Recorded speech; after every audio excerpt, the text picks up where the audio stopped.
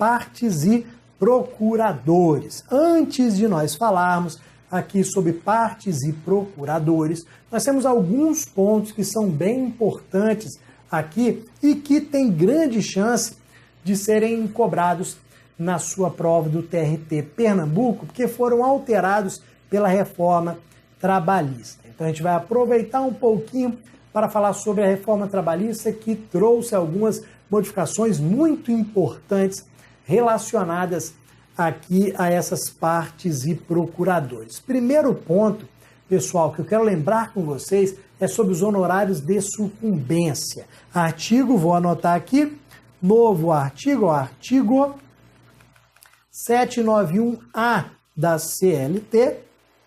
Vamos só melhorar aqui a letra, que já é feia, mas não precisa ser tão feia aqui, assim, 791A da CLT, que fala de honorários e sucumbência. As provas de tribunais trabalhistas até agora, após a reforma trabalhista, trouxeram muitos pontos, tanto em direito quanto em processo de trabalho, sobre essa parte reformada. Então vamos tomar bastante cuidado. Então, sobre honorários de sucumbência, artigo 791A da CLT. O que você vai lembrar aqui, pessoal? Que nós mudamos o sistema dos honorários de sucumbência. Agora, nós adotamos o mesmo sistema do CPC. Qual que é o sistema do CPC? É o chamado sistema da mera sucumbência. Então, os honorários de sucumbência, eles serão devidos pela mera sucumbência. O que é sucumbência? É perda. Sucumbir é perder. Então, a mera sucumbência é o quê? Pelo mero fato de você ter perdido, você vai pagar honorários para o advogado do vencedor. Então, eu, perdedor, pago honorários de sucumbência para o advogado do vencedor. Esse é o sistema agora do processo de trabalho. Antes, como é que era? Antes era o sistema da assistência judiciária gratuita, prestada pelo sindicato. Antes da reforma trabalhista, só o sindicato recebia honorários de sucumbência. O advogado particular não. Agora ele recebe.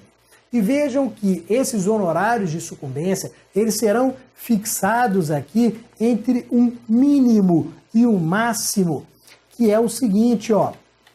Nós temos o mínimo de 5% e o máximo de 15%. Vejam que é diferente do CPC. Apesar de nós termos o mesmo sistema, eu tenho aqui percentuais diferentes. Mínimo de 5% e máximo de 15%.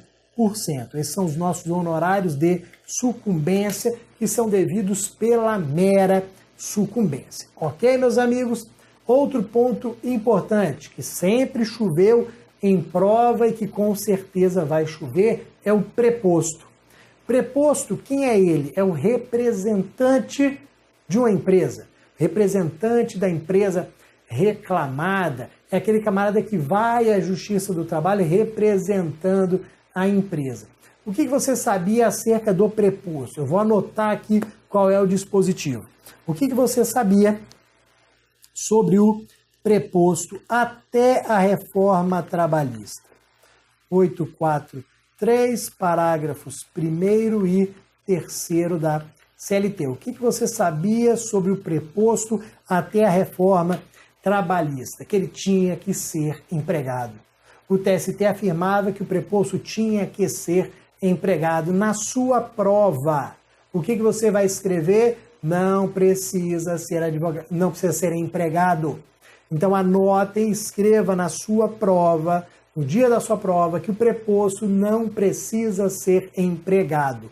Aquele entendimento do TST caiu por terra, não pode mais ser aplicado, ok? Não há necessidade dele ser empregado. Isso consta agora explicitamente no parágrafo 3º. Então, o parágrafo 3º diz que ele não precisa mais ser empregado, ok? Agora, o que acontece aqui, pessoal, em relação ainda ao preposto? As bancas, elas estão afirmando o seguinte, que o preposto tem que ter presenciado os fatos. Tá certo? Tá errado. Se na sua prova você visualizar essa afirmação, coloque errado. O preposto não precisa ter presenciado os fatos. O artigo 843 da CLT não fala isso. O que ele fala? Que o preposto tem que ter conhecimento dos fatos. Ter conhecimento é uma coisa, ter presenciado é outra coisa. A lei não exige que ele tenha presenciado. A lei exige que ele tenha conhecimento. Mas, Bruno, como é que ele vai ter conhecimento sem ter presenciado? Simples. Alguém contou para ele. Eu sou preposto. Eu não presenciei um determinado fato, mas eu conheço o fato. Eu sei porque alguém me contou e eu vou contar aquilo que eu sei. Ponto. Basta isso, ok? Preposto não precisa ter trabalhado simultaneamente com o reclamante, nada disso. Tem que ter conhecimento dos fatos, não precisa ser empregado. Agora, o que não mudou e que é importante também é o seguinte: as declarações do preposto obrigam o proponente. As declarações do preposto obrigam o proponente. Ou seja, o que for dito pelo preposto vai ser considerado dito pelo dono da empresa. Se eu, preposto, na audiência, reconhecer, confessar que o reclamante prestava horas extras, não vai poder depois o dono da empresa falar: não, o Bruno preposto é maluco, ele disse isso, mas não é verdade. Não dá para fazer isso, ok? A ideia é que o que for dito pelo preposto é dito pelo dono da empresa. Tranquilo, galera? Vamos aqui para as nossas questões sobre partes e procuradores depois dessa explicação rápida aqui acerca da reforma trabalhista. Vamos lá, ó. Primeira questão que eu coloquei para vocês sobre partes e procuradores, questão 7, ela fala o seguinte: Paulo, contador autônomo, então vamos destacar isso daqui. O Paulo, contador autônomo, prestando serviços em sua própria empresa de contabilidade, compareceu na audiência representando sua cliente, a empresa Sol Brilhante S.A., acompanhada do advogado da reclamada, sendo que a carta de preposição, a procuração e a defesa já estavam devidamente juntadas aos autos. De acordo com a CLT, alterada pela Lei 13.467 de 2017, que é a lei da reforma trabalhista, afirme. Galera, salvo engano, essa daqui foi uma questão do TST, da prova do TST, já cobrando a reforma trabalhista. E aí, olha o que nós temos. Quem é o preposto? O Paulo, volta lá, o preposto é o Paulo, que é um contador autônomo. Ele não é empregado dessa empresa Sol Brilhante S.A. Não, ele é o contador autônomo que presta serviços para ela. Só que ele chegou na audiência como preposto. Eu sou o preposto. Mas vale? Claro que vale. Você lembra que o preposto não precisa ser empregado da empresa. O preposto pode ser qualquer pessoa que tenha conhecimento dos fatos. É isso que eu quero que você leve para a sua prova. Preposto pode ser qualquer pessoa, desde que tenha conhecimento dos fatos. Então, neste caso aqui, tem algum problema? Nenhum. Tudo regular. O preposto está lá, tem a carta de preposição, a procuração, a defesa, tudo direitinho. Qual que é a nossa resposta aqui de acordo com a reforma trabalhista? Olha aqui, a reclamada está devidamente representada, uma vez que o preposto não precisa ser seu empregado. Perfeito, meus amigos. Vou colocar de novo. Artigo 843, parágrafo 3º da CLT, alterado pela reforma trabalhista. 843, parágrafo 3º da CLT, ele não precisa ser empregado. Vamos destacar aqui as demais assertivas. Por que elas estão erradas? A letra A juntada da carta de preposição, procuração e defesa por si só elide os efeitos da revelia e da confissão quanto à matéria de fato. Não, galera, sabe por quê? Não, porque imagina o seguinte: Se eu tivesse a carta de preposição, a procuração e a defesa, mas o preposto não tivesse comparecido à audiência, eu teria revelia da mesma forma. Então, ó, a gente sabe que no processo do trabalho, a presença da parte é indispensável. Se o preposto não tivesse na audiência, teríamos revelia, de acordo com o artigo 844 da CLT. Se o réu não comparece, se o reclamado não comparece, revelia. Então eu posso ter carta de preposição, procuração, defesa. Se ele não está presente, revelia. Por isso que está errado a letra A quando fala que por si só elide, ou seja, afasta aqui os efeitos da revelia. Não afasta. Na sequência, a reclamada, por ser sociedade anônima, não está devidamente representada, uma vez que o preposto deveria ser empregado, não precisa mais. Letra D. Paulo deveria ter conhecimento dos fatos para ser preposto, sendo que trabalhando em seu escritório próprio, presume-se que não possui condições de representar a empresa. Uma coisa não tem nada a ver com a outra. Ele tem conhecimento dos fatos? Sim. Para ter conhecimento dos fatos, tem que trabalhar na empresa? Não. Alguém me contou. Ok? E para fechar, letra E. Paulo deveria ser empregado da empresa, já matamos aqui, já era. Então, muito cuidado com este ponto. Vamos aqui para a número 8. Vamos para a número 8. No tocante aos honorários periciais e advocatícios, considere. Então, ó, tendo em vista as alterações introduzidas pela CLT, está correto apenas o que consta em. Então, ó, está correto o que consta em. Vamos lá, ó. Vamos ver a letra A. O número 1, perdão.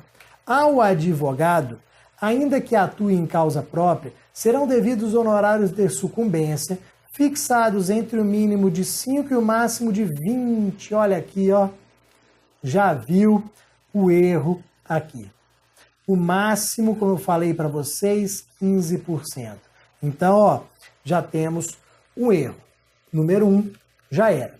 Vamos para número 2. Na hipótese de procedência parcial, o juiz arbitrará honorários de sucumbência recíproco, vedada a compensação entre os honorários. Está correto, está de acordo. Artigo 791A da CLT. O que aconteceu aqui, galera, para a gente entender o que seriam esses honorários de sucumbência recíprocos na procedência parcial? Digamos que eu tenha ido ao Poder Judiciário pedido a sua condenação ao pagamento de 100 mil reais. Consegui 70 mil. Houve a procedência parcial, o juiz reconheceu o meu direito, mas ao recebimento de 70 mil reais. Beleza. Quanto que você perdeu? 70 mil. Então, com base nos 70 mil, você vai pagar honorário de sucumbência para o meu advogado. Quanto que eu perdi? Na verdade, quanto que eu deixei de ganhar? 30 mil reais. Então, eu vou pagar honorários para o seu advogado com base nos 30 mil reais. Você paga com base em 70, que você foi condenado. Eu pago com base em 30, que é o que eu deixei de ganhar. Essa é a procedência parcial. Vai haver a condenação ao pagamento de honorários recíprocos. Eu pago para o seu advogado com base em 30, você paga para o meu advogado com base em 70. Não vai haver a compensação entre os valores. Eu vou pagar com base em 30, você com 70. Não há a compensação entre eles. Ok? Isso está correto de acordo com o 791A da CLT. Depois, galera, vamos a 3. A responsabilidade pelo pagamento dos honorários periciais é da parte sucumbente na pretensão objeto da perícia, ainda que beneficiária da justiça gratuita. Entretanto, deverá ter obtido créditos em juízo capazes de suportar a referida despesa, ainda que em outro processo, caso contrário, a União responderá pelo encargo. Perfeito, galera. De acordo com o artigo 790B da CLT. Os honorários periciais, então 3 perfeito também, os honorários periciais serão pagos pela parte sucumbente na pretensão objeto da perícia. Ou seja, serão pagos pela parte que perder o pedido relacionado à prova pericial, ainda que não tenha condições, ou seja, ó, ainda que beneficiária da justiça gratuita. Toma cuidado com isso aqui, ó, ainda que beneficiário da justiça gratuita, mesmo que beneficiário da justiça gratuita será condenado. Antigamente, como é que era? Salvo se beneficiário da justiça gratuita. Agora não, ainda que, mesmo que. Só que o que acontece? Se ela for beneficiária da justiça gratuita e não tiver condições de arcar com este pagamento, a União arcará com o mesmo. Esse pagamento dos honorários periciais pela União já é antigo. Vamos até anotar a súmula. É a súmula que trata da União 457. Súmula 457 do TST, que fala no pagamento aqui dos honorários periciais pela União. Mas vocês estão percebendo que essa situação ela é excepcional do excepcional. União pagando só excepcionalmente. Porque primeiro nós vamos tentar pagar através de créditos que foram obtidos pelo beneficiário da justiça gratuita, ou neste processo ou em qualquer outro. Se não tiver crédito, se não tiver dinheiro, aí a União efetua esse pagamento. Perfeito? Então estão corretas aqui, de acordo com a reforma trabalhista 2 e 3, letra A, apenas 2 e 3, a número 1 está errada em virtude do percentual. Ok, meus amigos? Sem perder tempo, vamos ali na questão número 9. Então, questão número 9, quanto a partes e procuradores que figuram no processo do trabalho, a CLT estabelece. O que a CLT estabelece? Pessoal, vamos aqui. Olha o que diz a letra A. A letra A, ela fala o seguinte: a constituição de procurador, com poderes para o foro em geral, poderá ser efetivada mediante simples registro em ata de audiência, a requerimento verbal do advogado interessado, com anuência da parte representada. Essa informação consta no 791, parágrafo 3º da CLT. Então, a constituição de procurador com poderes para o foro em geral poderá ser efetivada mediante simples registro em ata de audiência. Estamos falando do quê, meus amigos? Estamos falando do mandato tácito. O que nós estamos trazendo aqui nesse artigo 791 é o mandato tácito, mandato ou procuração. Você sabe que na maioria dos processos nós temos um documento assinado pela parte de nome procuração. Através dele, a parte outorga, concede poderes para o advogado. Só que além dessa procuração expressa no papel, a gente também admite no processo do trabalho a procuração tácita ou mandato tácito. Você vai olhar o processo de cabo a rabo, você não vai encontrar um documento chamado procuração. Mas o que você vai encontrar? Você vai encontrar na ata de audiência o nome do advogado. Então, pegando a ata de audiência, você vai perceber o seguinte, que estava presente Dona Maria da Silva, representada pelo advogado João da Silva, OAB número tal. Pelo fato do nome dele ter sido incluído na ata de audiência como advogado, nós já temos o mandato tácito, ok? Então, esse é o mandato tácito. Basta realmente o registro em ata de audiência, isso está totalmente perfeito, ok, meus amigos? Vamos eliminar as demais aqui, pessoal. Vamos aqui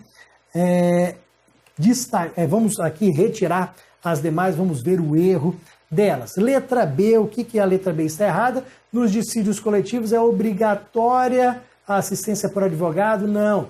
Nos dissídios coletivos nós também aqui aplicamos o jus postulante. Então, nos dissídios coletivos também é facultativa. Se o sindicato, por exemplo, num dissídio coletivo não quiser a representação por advogado, não precisa. Também aplica o jus postulante, também nos dissídios coletivos. C. No processo do trabalho não é admitida a acumulação de várias reclamações em um mesmo processo, ainda que haja identidade de matérias e se tratem de empregados. Está errado, porque é admitida, sim, artigo 842 da CLT. Isso aqui é o litisconsórcio. Vejam que eu posso juntar com você e mais 3, 4 ex-empregados da empresa ajuizando uma mesma ação. Bora ajuizar uma ação em litisconsórcio ativo? Vamos! Seremos aqui 3, 4, 5 autores. Isso é permitido pelo artigo 842, desde que eu tenha identidade de matéria e sejam empregados da mesma empresa ou estabelecimento, ok? Tem que ser a mesma matéria. Depois, D. Os empregadores não poderão reclamar pessoalmente perante a Justiça do Trabalho e acompanhar as suas reclamações até o final. Cuidado, galera. Isso é jus postulante. Falei para vocês que jus postulante se aplica também a empregador, a empresa. Não é só para o empregado, pessoa física, não. Eu não quero advogado. Vou ajuizar a ação sozinho. Beleza, vou lá. A empresa falou, ó, não vou contratar advogado. Vou eu sozinho, o dono da empresa falando. Pode, tranquilamente. Jus postulante se aplica para reclamante e reclamado para empregados e empregadores. Para finalizar, a reclamação trabalhista do menor de 21 anos será feita por seus representantes legais e, na falta destes, apenas pelo sindicato ou curador nomeado em juízo. Aqui, galera, artigo 793 da CLT. Na verdade, é menor de 18, não é apenas pelo sindicato, também tem ali os demais representantes, como o Ministério Público do Trabalho, ok? Então, à luz do artigo 793 da CLT, essa também está errada. Então, a correta é que trata do mandato tácito, como eu já coloquei. Esses artigos e essas súmulas que eu vou anotando ao longo da aula, galera, vale a pena dar uma olhada em casa depois, ok? Deem uma olhada, vejam, releiam, entendam, porque são artigos que rotineiramente caem nas nossas provas. Perfeito? Vamos na sequência, vamos chegar na nossa questão de número 10. Vamos a ela. Analisando o normativo previsto na CLT, então analisando o normativo previsto na CLT, quanto à nomeação do advogado com poderes para o foro em geral, a Justiça do Trabalho. Olha aqui o que diz a letra B, galera. Então, a nomeação de advogado com poderes para o foro em geral trata do quê? Letra B. A nomeação poderá ser efetivada mediante simples registro em ata de audiência, requerimento verbal do advogado, com anuência da parte representada, mais uma questão de concurso diferente, tratando de um mandato tácito.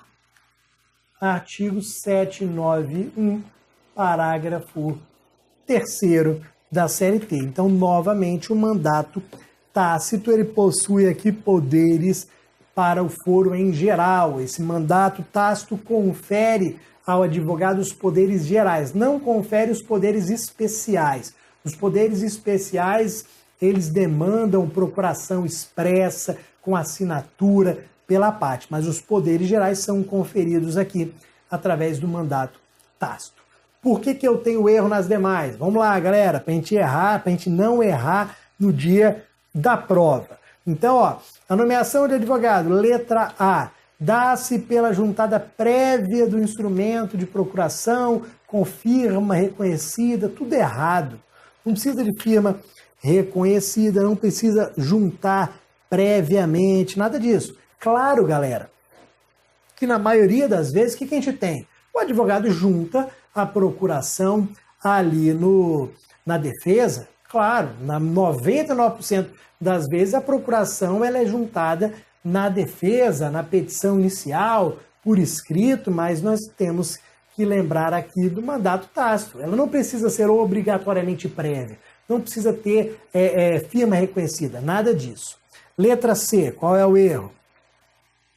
Apenas o trabalhador poderá reclamar sem a presença do advogado, uma vez que o princípio do jus postulante somente se aplica à parte hipossuficiente. Já falamos que não é reclamante e reclamado. Vocês estão vendo que a FCC gosta disso daqui, a FCC está sempre cobrando a mesma coisa, vai cair no dia da sua prova, você vai dar aquele sorriso, porque você viu mais uma vez essa questão e você vai acertar. Está errada a letra D, por quê? O advogado pode atuar sem que lhe sejam exigidos poderes outorgados pela parte, em razão da previsão legal do jus postulante. Não, galera, olha o que acontece. Eu não preciso de advogado. Tem que tomar cuidado com essa assertiva aqui. Eu não preciso de advogado. Agora, se eu estou representado por advogado, tem que ter procuração. Eu não preciso de advogado. Jus postulante. Pô, mas eu vou contratar um advogado. Se eu vou contratar um advogado, ele tem que ter procuração. Ou vai ser a expressa no papel, ou vai ser a tácita com a presença dele lá na audiência. Mas tem que ter procuração. Perfeito? Muito cuidado com essa assertiva. E aí, na letra E, nos dissídios coletivos é obrigatória a assistência por advogado. Já vimos que não, firma reconhecida, nada disso. Dissídio coletivo é facultativa. Também assistência por advogado. Eles gostam de colocar esta aqui do dissídio coletivo, porque, querendo ou não, dissídio coletivo ele é complexo. É uma ação mais complexa, geralmente ajuizada pelos sindicatos, para discutir questões de toda a categoria. Mas vejo que, apesar de ser um processo complexo, mais complexo que um dissídio individual, eu continuo aplicando o jus postulante. Perfeito? Vamos para mais uma questão, vamos para a nossa próxima questão. Aqui fala, aqui, vamos lá, Vênus atuou, vamos ver o que aconteceu aqui. Vênus atuou durante 6 anos como preposta da Companhia de Bebidas Fonte do Amor. Por força da crise econômica, foi dispensada sem receber alguns direitos trabalhistas. Em razão da sua experiência, ingressou com reclamação trabalhista de forma verbal, sem constituir advogado, ou seja, ela está se valendo do nosso querido jus postulante. Está se valendo do jus postulante. Tá. Conforme súmula do Tribunal Superior do Trabalho e dispositivo processual trabalhista, a capacidade postulatória de Vênus em relação a essa reclamatória é. Então vamos lá, a capacidade postulatória de Vênus. O que a questão está querendo saber? Até onde que Vênus pode ir sem advogado? Até onde no processo ela pode ir se valendo do jus postulante? Fácil, galera. Basta lembrar o seguinte: ela pode ajuizar a reclamação trabalhista. Se a sentença for contrária aos interesses dela, ela pode interpor recurso para o TRT. Agora, na hora de interpor recurso para o TST, ela não pode mais sem advogado. Ou seja, o jus postulante está restrito às varas do trabalho, que é o primeiro grau de jurisdição, e aos TRTs. Eu ajuizo a reclamação trabalhista na vara do trabalho, recorro ao TRT. Do TRT para o TST, eu não posso recorrer. Por isso que a FCC trouxe a seguinte ideia, que esta capacidade está limita-se às varas do trabalho e aos tribunais regionais do trabalho, não alcançando os recursos de competência do Tribunal Superior do Trabalho. Isso daqui, com base na súmula 425 do TST. Está limitada às varas do trabalho e aos TRTs. Isso por quê? Porque eu consigo ajuizar uma reclamação trabalhista perante à vara do trabalho, consigo recorrer para o TRT, mas aí parou. Perfeito? Erro das demais. Vamos lá, rápido, um pouco mais rápido. Letra A está restrita à fase de conhecimento? Não, pode ser realmente até o final. Pode passar pela fase recursal, fase de liquidação, fase de execução. Não está limitada apenas à fase de conhecimento. Depois, limita-se às varas do trabalho e aos TRTs. Não alcançando a fase executória, está errado. A gente pode executar, a gente pode acompanhar até o final. D, é ilimitada quanto à fase recursal. Aí já viu que está errado. Porque dentro da fase recursal, eu posso interpor recurso até o TST, só que com jus postulante não. Então ele não é ilimitado em relação à fase recursal. Eu recorro até o TRT, ok? Depois, está restrita à fase de conhecimento? Não. Incluindo recurso em todas as instâncias trabalhistas? Também não. Ok? Mas não envolve a fase de execução. Está errado também. Está tudo errado essa letra. Então a letra C está adequada. Coloque na cabeça que o jus postulante se aplica, abrange vara do trabalho e TRTs. Perfeito, galera? Tranquilo?